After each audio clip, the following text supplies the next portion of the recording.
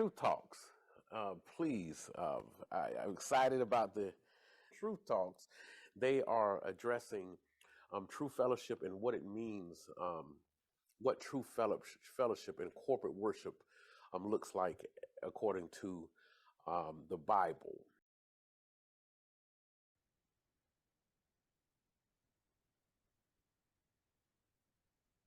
Hey, everybody doing? Good. We're going to do a review. If we can get through it tonight, fine. If it takes us 2 weeks, that's fine too. I don't think we're going to get through it tonight. So we're going to go back to chapter 1 and review it all the way through the end. Pastor BJ said, any questions? We'll try to answer those questions and move right along. Okay, starting with chapter 1 of Daniel, we talked about the choice men, the choice young men that were displaced and taken to Babylon, right? And I mean, it was more than just those. First chapter started talking about, and that was Daniel, Hananiah, Mishael, and Azariah. And when they got there, they were renamed, right? And Belteshazzar, and Shadrach, Meshach, and Abednego. And it was some years before I knew their real names. I called them Shadrach, Meshach. Anyway, that's the names that the Babylonians gave them. And it went on to talk about Daniel's resolve in chapter 1 about how while he was there, he decided not to defile himself. Him and his friends decided not to defile themselves with the king's food and drink and whatever else they were doing. They decided not to partake in those things. And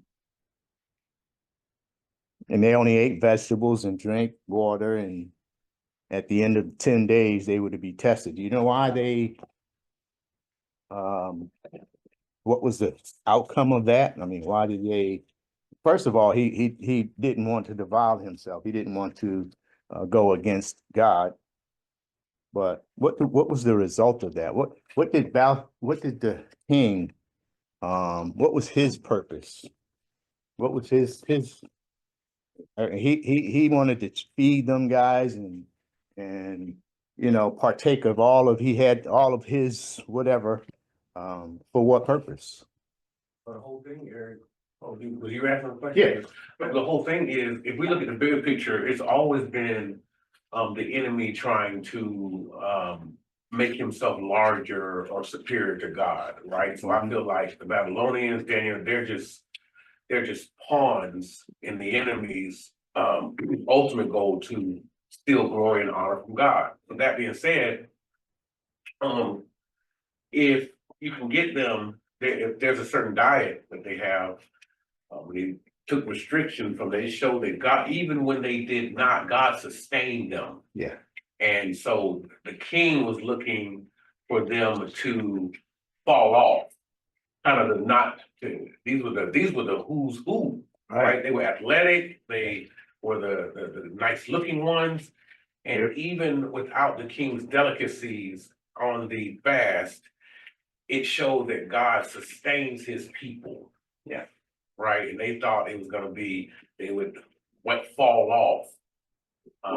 And the other side of that same coin is that he wanted to fatten them up, and his idea, his end goal was to have them serve him. Right.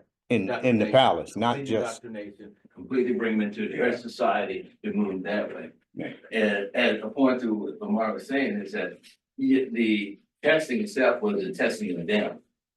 Okay, because the king didn't really know about it because his person did not want to tell the king what was going on with them. Yeah, first. Okay, but then they came out on top because of the diet and because their faithfulness to God. Mhm. And they came out fatter than Right. the other guys were and healthier and all of that. And the king relented at that point. Um, uh, so you know, as Pastor Mari said, you know, God sustains us and we don't need anything other than that. Be it king, whoever, we don't need anything more than what God provides for us. And it showed how faithful Daniel and the three were throughout, starting there and throughout their life. And they were teenagers when they were taken to Babylon. They weren't, you know, grown men in a sense. So at that point, at that early age, they were convicted. They were loyal. They were obedient to God. And to be sure, some of the others that were taken captive, much older,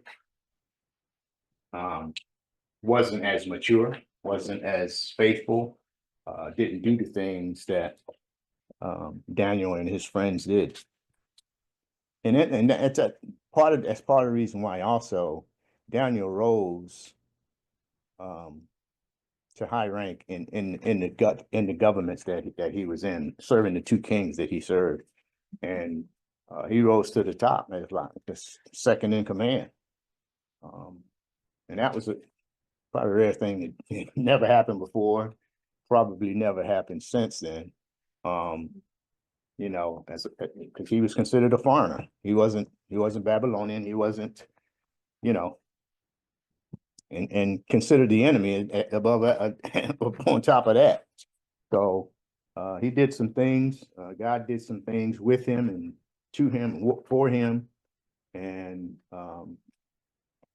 showed the Babylonians who was really in charge. Any questions on chapter 1?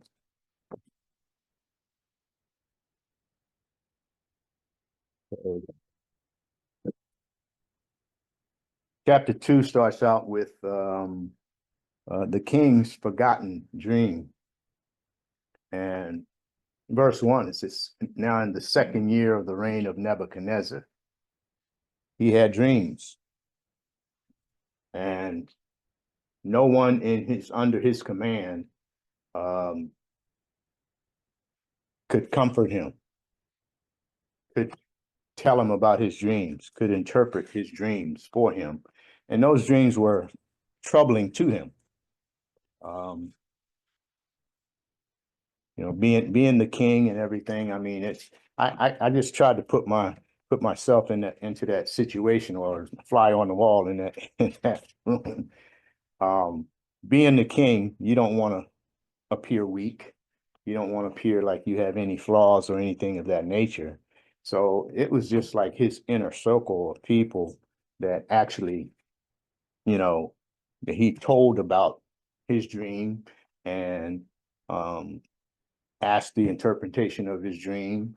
And the Bible tells us that all the, you know, conjurers, all the fortune tellers, all of those people, those Chaldeans, it got to the point where he was willing to put them to death because they couldn't interpret his dreams. They couldn't ease his mind. And this is where Daniel came in.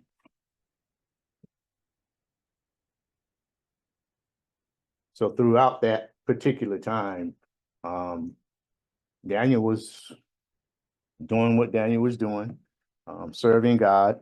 But then Daniel was considered part of one of the wise men. So Daniel was in danger at that point because the king declared that he's going to kill them all the wise men. And that's when Daniel spoke up and asked, could he perform the task. Well, he performed the task after God revealed the dream to him. Right. Okay, he Right. went into prayer with his companion, which was the three. Right.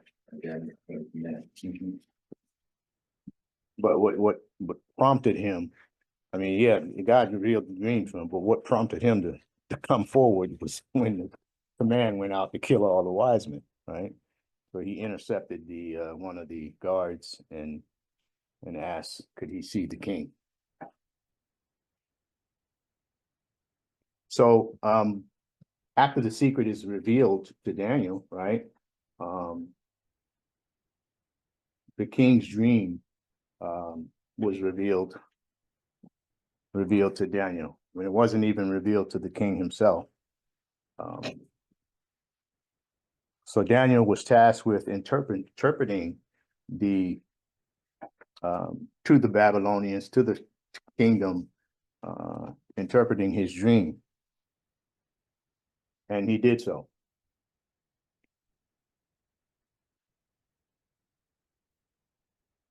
So we're talking about the statue that on the wall up there that Nebuchadnezzar saw, and he didn't understand.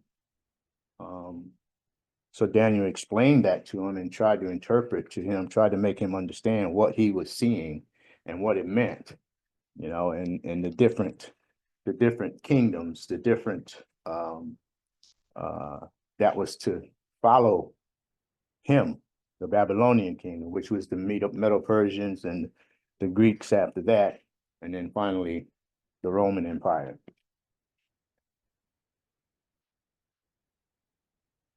And also in chapter 2, Daniel talked about the divine kingdom, the last kingdom.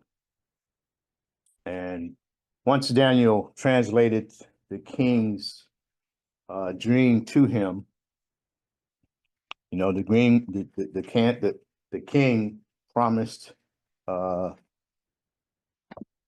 everything to Daniel. He was promoted, right? Daniel was promoted, and of course, Daniel's friends, Shadrach, Meshach, and Abednego, they benefited from that as well. They came to no harm. They were protected first by God, and then by the king as well. Anything else in chapter 2? Chapter 3.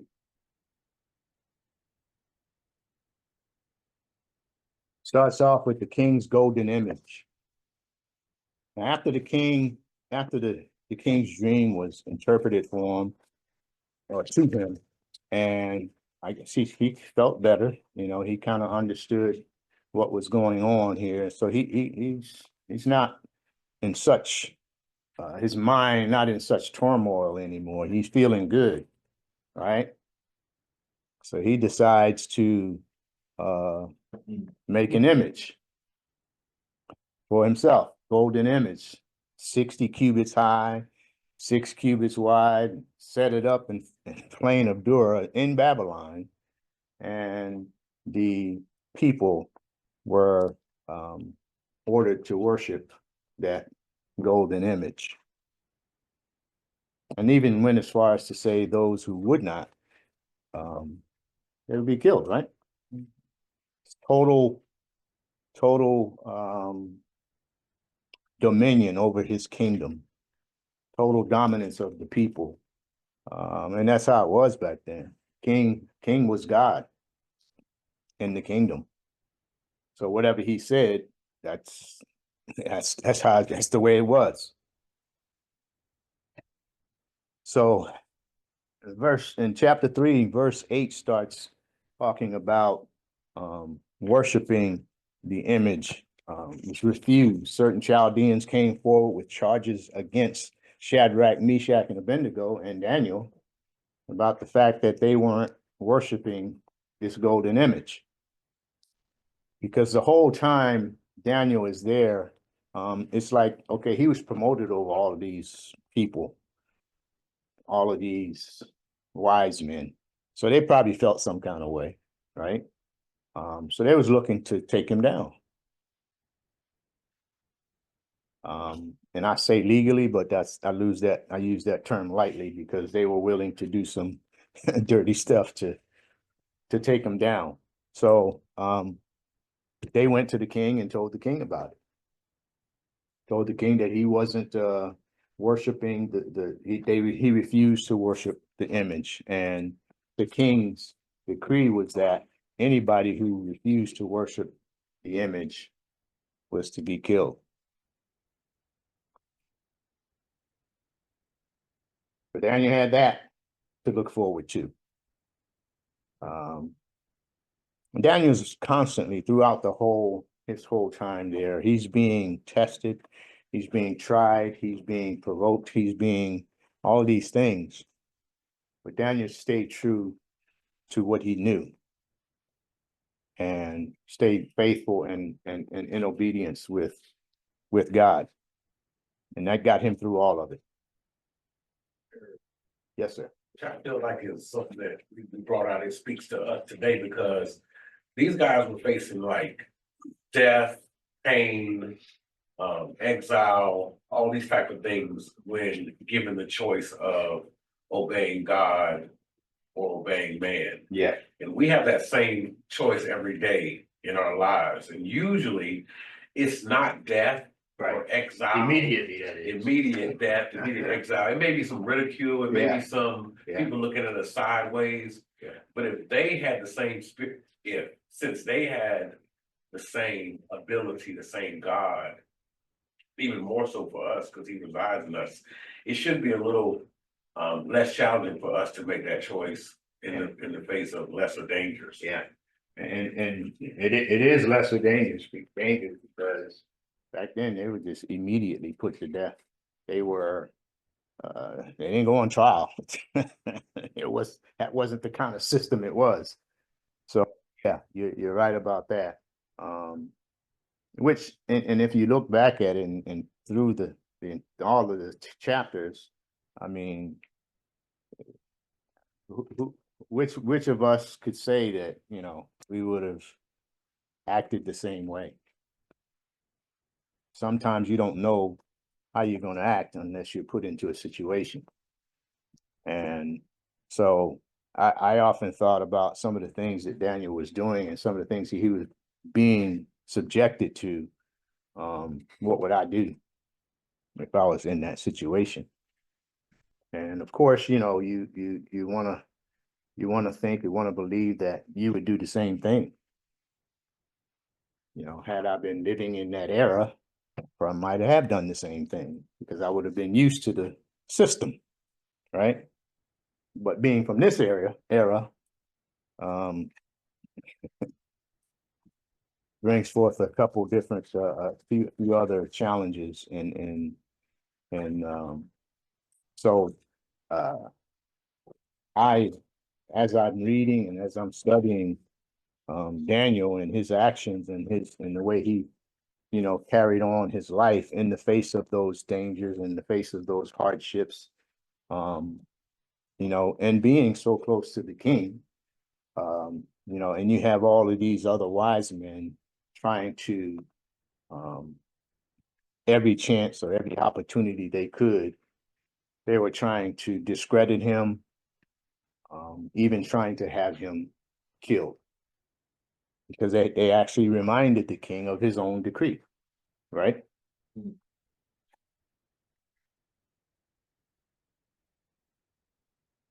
So after they told the king, ratted out Daniel and his friends, verse 19 starts in chapter 3, verse 19 starts, Daniel's friends protected. And that's, nobody could have done that. I guess what I'm trying to say, if the king come after you, he's going to get you.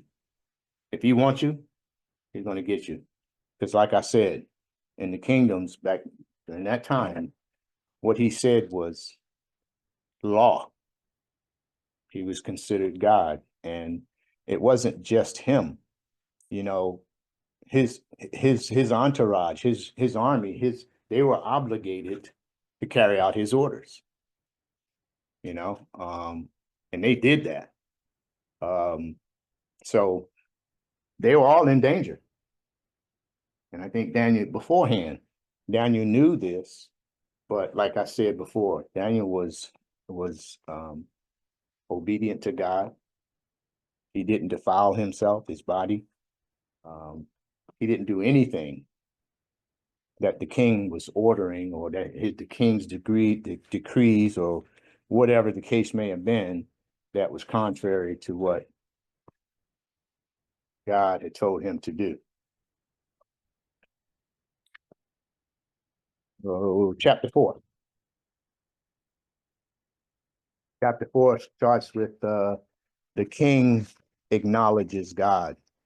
Verse 1 through 3 talks about Nebuchadnezzar and the people and the nations and men of every language that live in all the earth.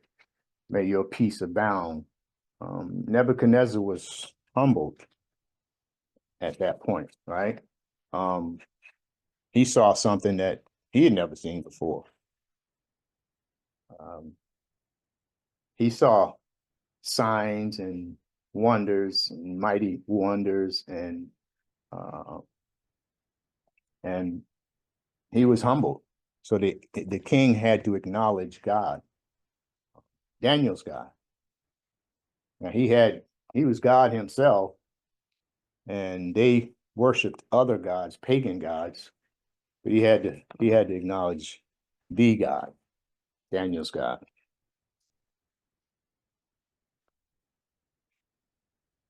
And verse 4 starts the portrayal of the story of the next vision that he had of the great tree. And Nebuchadnezzar had another dream that frightened him and alarmed him. And he brought all the wise men again into his court and questioned them. Of course, they couldn't interpret. So it's sort of the same thing. He wanted these wise men, his wise men, to tell him the dream, interpret the dream, and if they couldn't do that, like, well, why do I have you here? You know, what are you here for? What are you good for? And these guys, that was their life, right? So then the great tree, the dream of the great tree had to be interpreted for him as well. Not by his wise men, but by Daniel, where God had revealed it to him in a vision. Verse 10 through 17 talks about the vision of the tree in the midst of the earth that grew large and reached the sky, visible to the whole earth.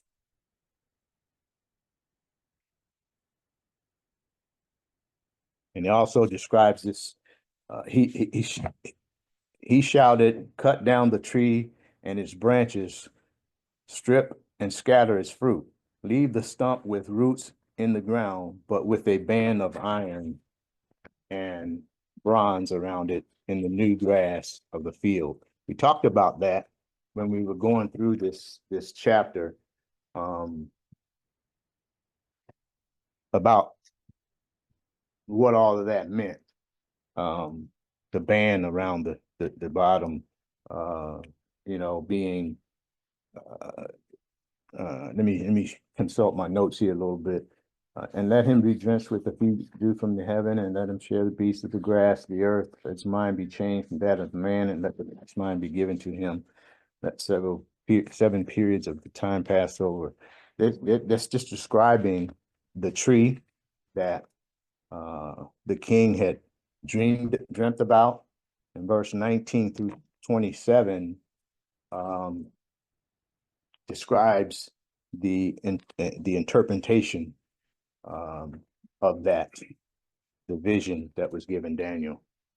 And meant that God was gonna keep his kingdom. Yeah. He was still the king, though he was out there, he didn't do away with his kingdom.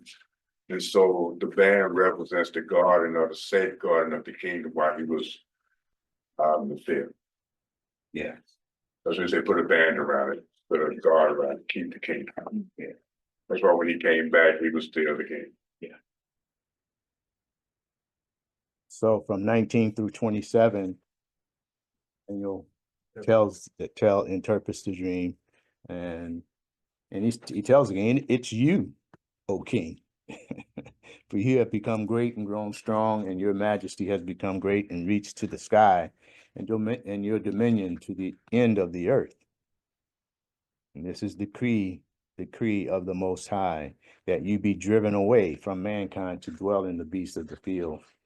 And I don't know whether Nebuchadnezzar fully understood that at the time, but he was driven away from mankind and lived in the wilderness as a beast. And it describes his claws grew along his, I mean, he was actually, God actually converted him to a beast and ran him to the field.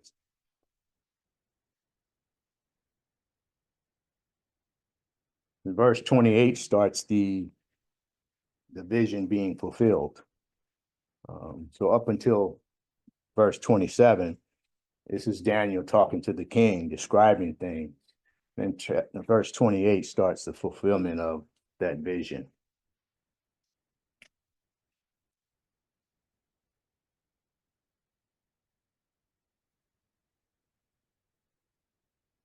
He says all of this happened to Nebuchadnezzar the king. 12 months later, he was walking on the roof of the royal palace in Babylon. The king reflected and said, "Is this not Babylon the Great?" So, it's like he was terrified when he had his first dream. But did that change him? No, it didn't. Because once it was explained to him and interpreted for him, he was his old self. Nothing, it didn't change him. That just, he kind of thought he understood. So he wasn't as troubled. But he was his old self. And verse 28, the fulfillment of the vision of it explains that. He exalted himself just like he did before. So it seems like the only thing that humbled him a little bit was he didn't understand his dream, and he was very troubled. All right, so Really didn't humble him. no, what He was did just troubled. it eased his trouble, Mm. put it that way, because he went right back to his old self. But see, when you look at Daniel, most people remember about Daniel, the fire pit, the lion, and him. In the middle of his speech, boom, Right, he was done. right. Yeah, he was says he was walking along, patting himself on the back, and all of a sudden he's struck. The words were still in his mouth when they hit it. He was struck, right? And that goes to Belshazzar's feast.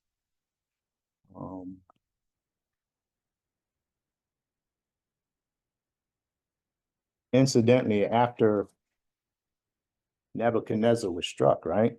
After that, he was changed, was he not? Yeah. God changed his heart. He was no longer the king that he used to be. And imagine what kind of kingdom he came back to. Maybe some of the changes that he made when he did come back. He did come back as the king. He was still the king, and he went back to his kingdom after God released him. And I tried to imagine what kind of changes he would have made. because at that point, he was a changed man. Chapter 5 begins with Belshazzar. Belshazzar's feast. And we went in, I read a lot of notes, a lot of study into what was going on at the time. Belshazzar was the son or the next king. Actually the king at the same time. So he's the second in command. So now Daniel becomes the third in command. Right? They're talking about Belshazzar's feast. They were partying, and I think a couple of us talked about Pastor Ken, Pastor Mari talked about some of the things, how they feasted and some of the things that was going on, and you know how they carried on when they had their feasts. A lot of you know, unclean things going on, a lot of all kinds of stuff. You know, anything you can imagine. I mean, just bad. It was one of them kind of feasts. Says he had a feast for 1,000 of his nobles. Now, if you got 1,000 nobles there, they had family, right? Some of them had wives, and some kids maybe. So I'm guessing it's a lot more than 1,000 people. That's a pretty big feast. That's a pretty big party. So that was what was going on in chapter 5, starts chapter 5. And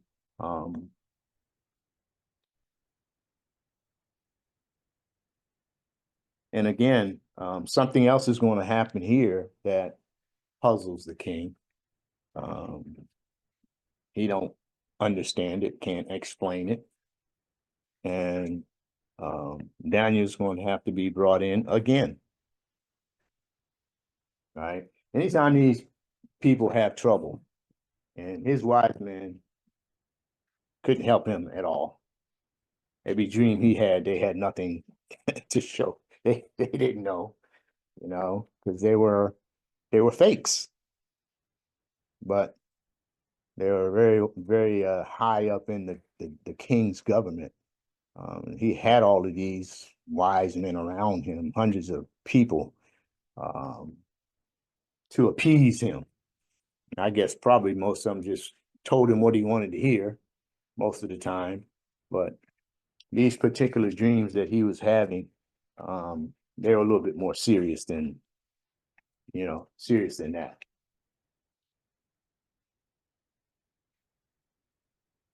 So as the king's men couldn't understand or appease the king, the queen had remembered.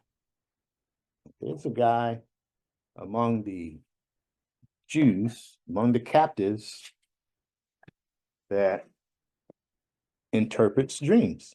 She remembered that. So she told the king. And here comes Daniel. Right? And what happened was the kings, they saw some handwriting on the wall, not just the king. Everybody in the vicinity that could see that wall, they saw this handwriting on the wall, and they didn't understand what it meant, what it said, or anything like that. And Daniel has to interpret the handwriting that was on the wall.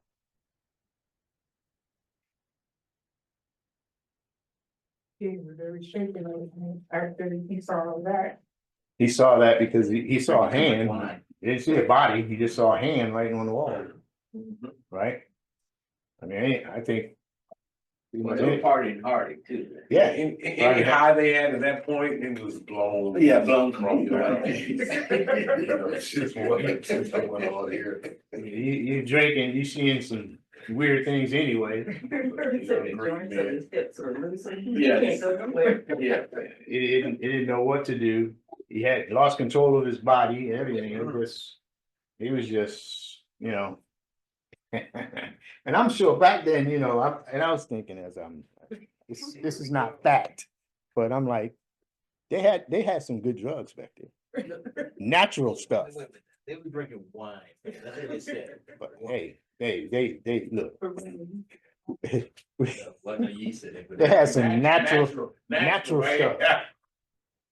Natural stuff, and they knew what it was, and they know what it did to them, and they partook. I'm sure.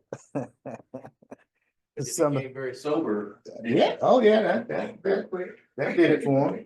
You see a hand writing on the wall, and that probably blow your high real quick. I imagine.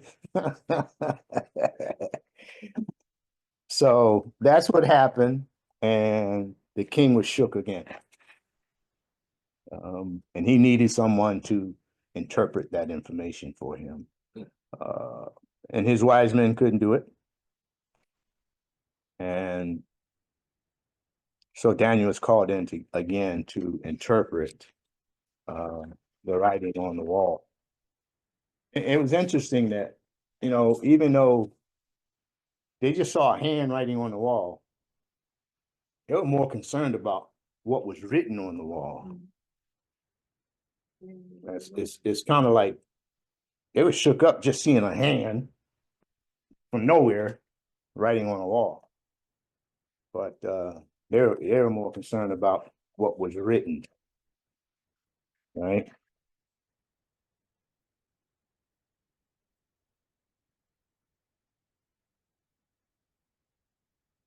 It was also revealed to the king also that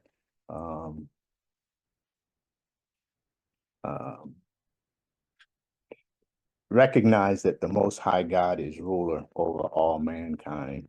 All of this stuff was being systematically revealed to each of those kings, Belshazzar and Nebuchadnezzar before him, and but they were the king, they were God to the people, and so they had a certain persona, a certain way that they had to be portrayed, that they had to portray themselves, and so I just try to imagine what might have been going through their minds. And also, I also noted that too, that the wise men, those guys, for the most part, they were good because they can make up some good stories and they can explain a lot of things away. But in this case, in Daniel's case, they were completely outdone. They couldn't explain it. And they couldn't answer the king. So their lives was in danger. And they had families. They had, wives, kids, and things like that. And they were, like I said, they were high up in the kingdom. They weren't peasants or anything like that. And to hear the king say, kill them all, it's kind of harsh. Kind of shows you how upset the king was. He was willing to kill all his wise men. And I read 120, 125 satraps. I mean, there were hundreds of wise men throughout the kingdom. And a number of them right there at the palace with the king. So the writing on the wall was Mean, Tekel, Perez. First Tekel, Mean, Tekel, Perez. And that's found in starting at verse 25.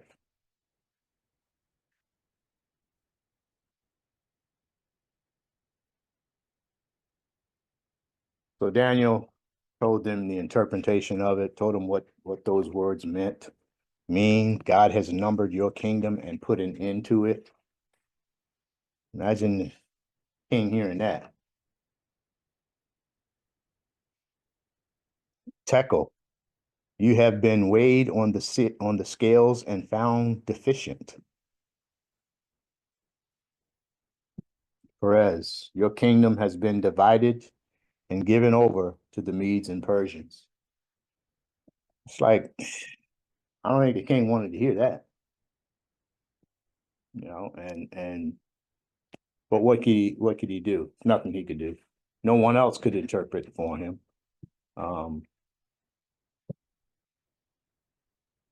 And once again, they tried to, you know, uplift Daniel again, gave orders for Daniel to be clothed with purple and put a necklace of gold around his neck, and issued a proclamation that he now had authority as the third ruler in the kingdom. And that same night, what happened to Belshazzar? He was slain that very night. So you're his subjects, you're his noblemen. You witnessed all of this. You witnessed Daniel interpreting. You witnessed everything that led up to that. And then that night the king is slain. What might that do to some of those people? To some people, you can't change them. They'll never acknowledge, so to speak. But I'm sure a lot of people took notice. And that began Darius's reign. Darius the Mede received the kingdom, and he was about 62 years old.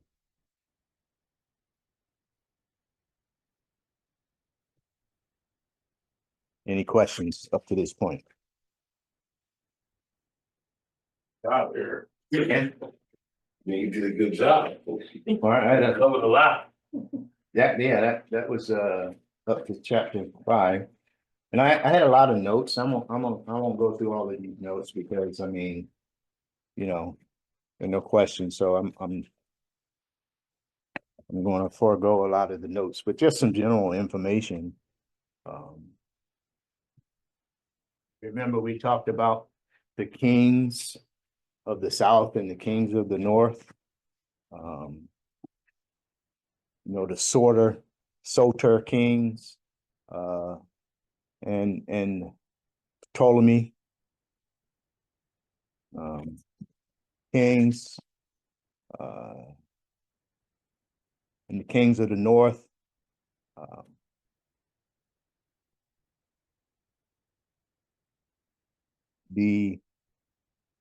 All of the Antiochuses, it's just like 4 or 5 of them, but the main one we spoke about was Antiochus Epiphanes. But there were, you know, succession. Like back then, the father had a name, and the son had the same name, and the grandsons had the same name. They just modified it a little bit amongst the 4th, 3rd, 4th, 5th, whatever the case may be. And they had short periods of reign, of you know, rule. And the kings of the South, the first one was Ptolemy Soter, and he reigned from I think it was 323 to 285 BC.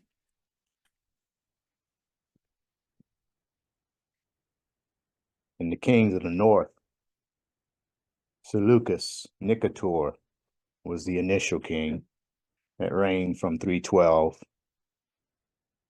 Well, the kingdom, not him personally, they reigned from 312 to 64 BC.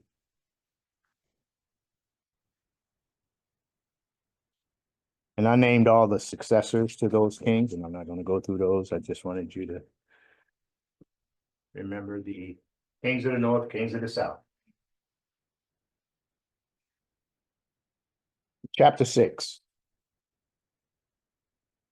This is where Daniel starts his service to King Darius. which was the second world power, world empire, the Medo-Persian Empire.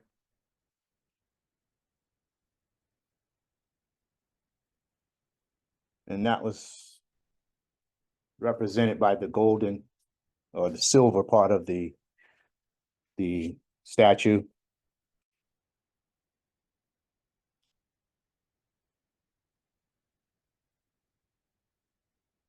And verse 1 starts off right off the bat where it says Darius, it seemed good to Darius to appoint 120 satraps over the kingdom, and they would be in charge of the whole kingdom.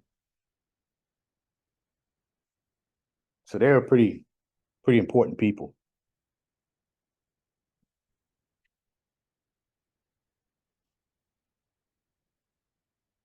And at that time, Daniel was one of the administrators. Because Daniel, all throughout this time, Daniel had distinguished himself throughout the kingdom. And so everybody knew, at this point, everybody knew Daniel. This is the second kingdom that he served. You know, the Babylonian kingdom. Now he's serving the Medo-Persian kingdom. So he's pretty well known, pretty well respected, even though he was a Jew.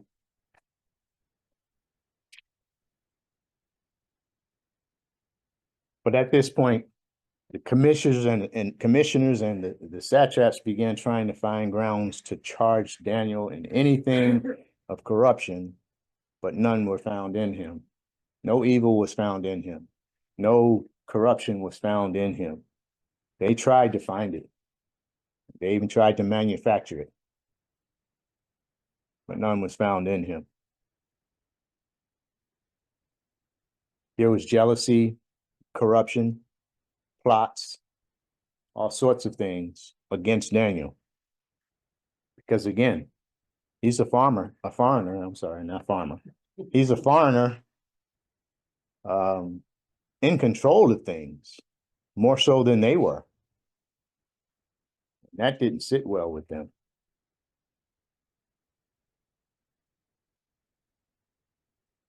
And the other interesting thing, real cool thing about Daniel, he didn't serve just one kingdom. And once that kingdom went away, you know, pretty much everything else go away. Daniel served throughout. And that was just, God just made it that way. Because, like I said, you know, a kingdom take over from another kingdom. Usually it's pretty cleaned out. They set up their own system because it's a new king. He's the new God. He's, you know, the old kingdom usually in captivity or what have you. Daniel thrived throughout this whole time.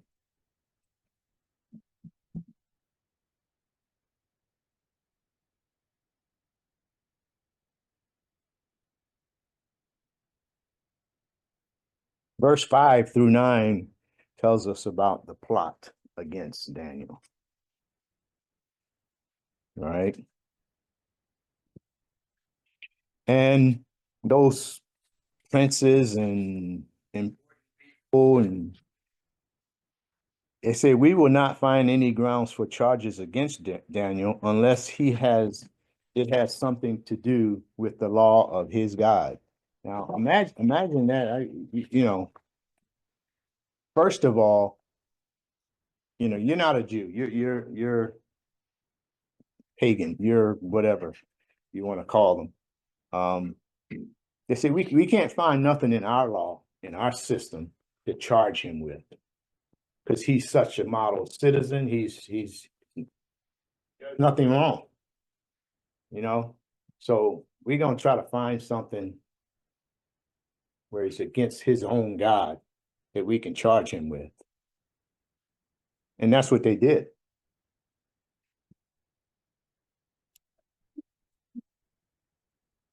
And they went to the king with this plot. And they knew Daniel's habits. They knew Daniel's, he prayed. He, you know, he was faithful to God. They knew this because they knew Daniel. So the plot was to get the king to come up with this statute, against God, against Daniel's God, so Daniel will be guilty of it. Right? They know Daniel would not disobey his God.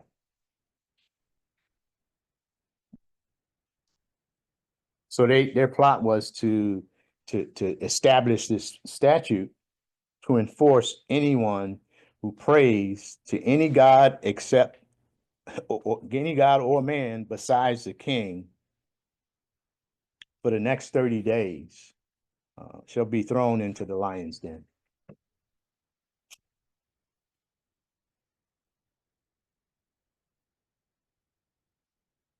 So like I said before, these are wise men, right? They can think of all kinds of crazy things.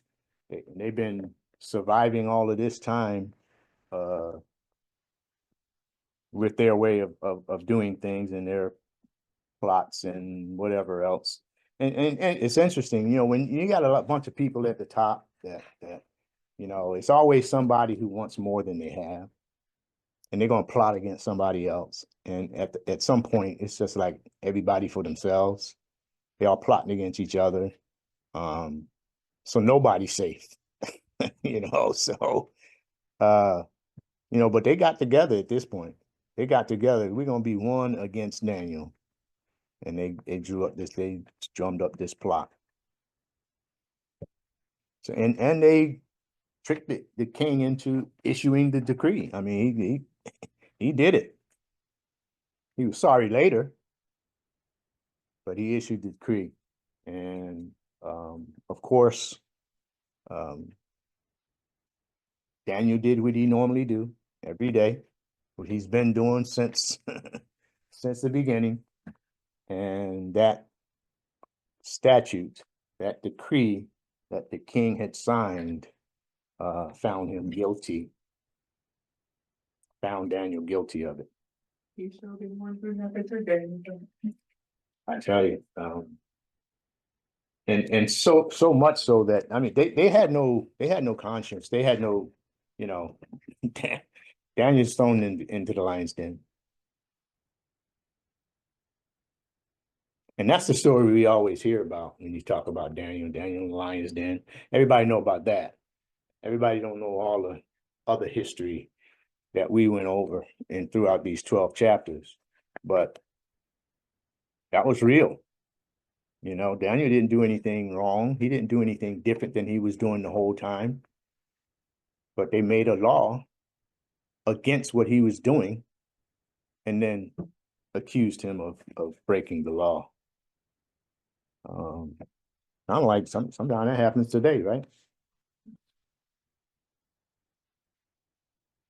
They making laws to, little laws that turn out to be big laws later on, and it's just a trap. That's all it is.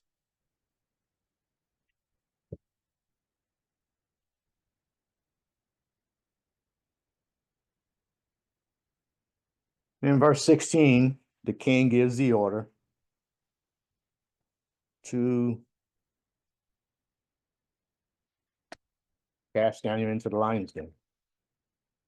He had no choice. He signed the decree by hook or crook. That was his signature. He had to uphold his own law. He didn't want to. He was very fond of Daniel. But he was trapped. He was stuck. So he had to give the order to put throw Daniel in the lion's den. And it says, as we read, it says he was upset. He was really, really upset that whole night, couldn't sleep. He just he couldn't wait to get back the next morning to check on Daniel, right? And lo and behold, Daniel's sitting there like he's chilling with the lions. Lions, God has shut their mouth. Daniel was protected. And he was protected by God.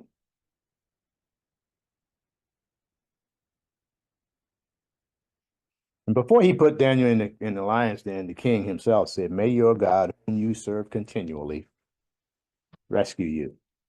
Like I said before, everybody knew Daniel. Daniel was faithful. And all of that Daniel did, I'm sure some of them knew or believed in their heart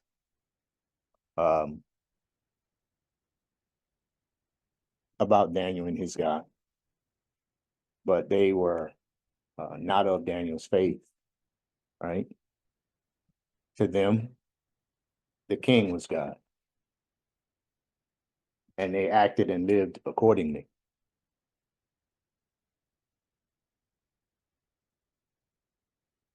Do you think because of Darius couldn't sleep, got up early, that he thought maybe his God was going to save him? It's feasible to think that, yeah. Why not? I mean, because like I said, Daniel had done some miraculous things, but it's not like you think the man himself did these things. That's why I said, maybe someone believed in Daniel's God, but they weren't at liberty to speak it, maybe, because they were under the king. And so maybe he did, because it says right in the scripture, he couldn't sleep that night, and he rushed back to the palace that morning to see. So what was he expecting to see? Yeah, you could kind of see if he couldn't sleep. Yeah. But he got up early to go see. Yeah. If he couldn't sleep, he might not have slept out of guilt or remorse. But instead, he was up early to go see just maybe. Well, and that's supported in verse 16. It says, so the king gave the order, and they brought Daniel and threw him into the lion's den. The king said to Daniel, "May your God, whom you serve continually, rescue you." I think maybe his sleeping had more to do with what he had to do, because he was the king, and that proclamation, that decree that he made. He gave the order. Right. And I And, think his sleep was more for that. and at this point, the king knows that his wise men, they conjured this thing up. He knows at this point, and, so that's why I said, them guys, they were in constant danger too. They just didn't know it sometimes. But they found those particular ones, they found out quick the error of their ways. So I think, that's understandable that he might have. I know that's what he wanted, because he didn't want to put Daniel in the lion's den in the first place. He didn't want to do that, but his own decree dictated that. He had to follow his own decree, and he had to give the order, even though he didn't want to.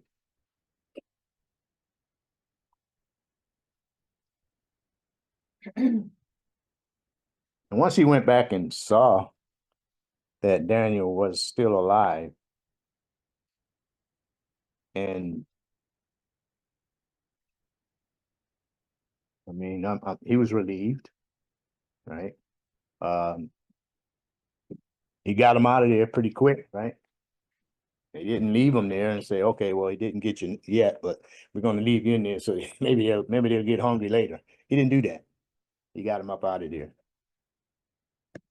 and that led to his decision to put those accusers in there, and what happened to them? God didn't save them. He did the whole family, the whole thing. Yeah, the ones that accused him, they all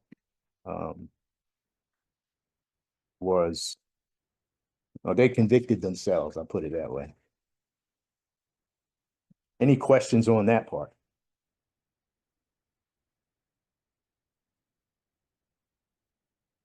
And let's listen to what the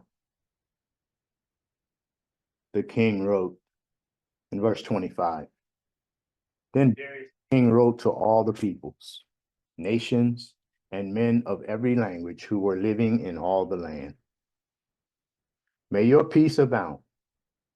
I make a decree that in all the dominion of my kingdom, men are to fear and tremble before the God of Daniel.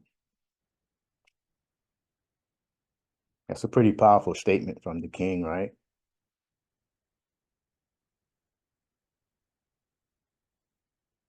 He didn't have to do that.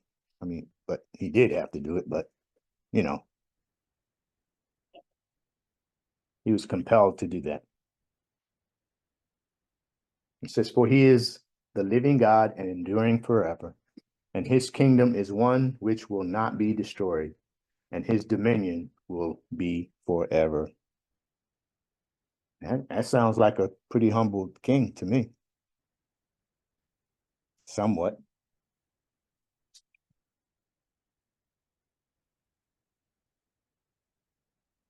And all this time, you see, imagine Daniel sitting back, you know, just, he trusted God.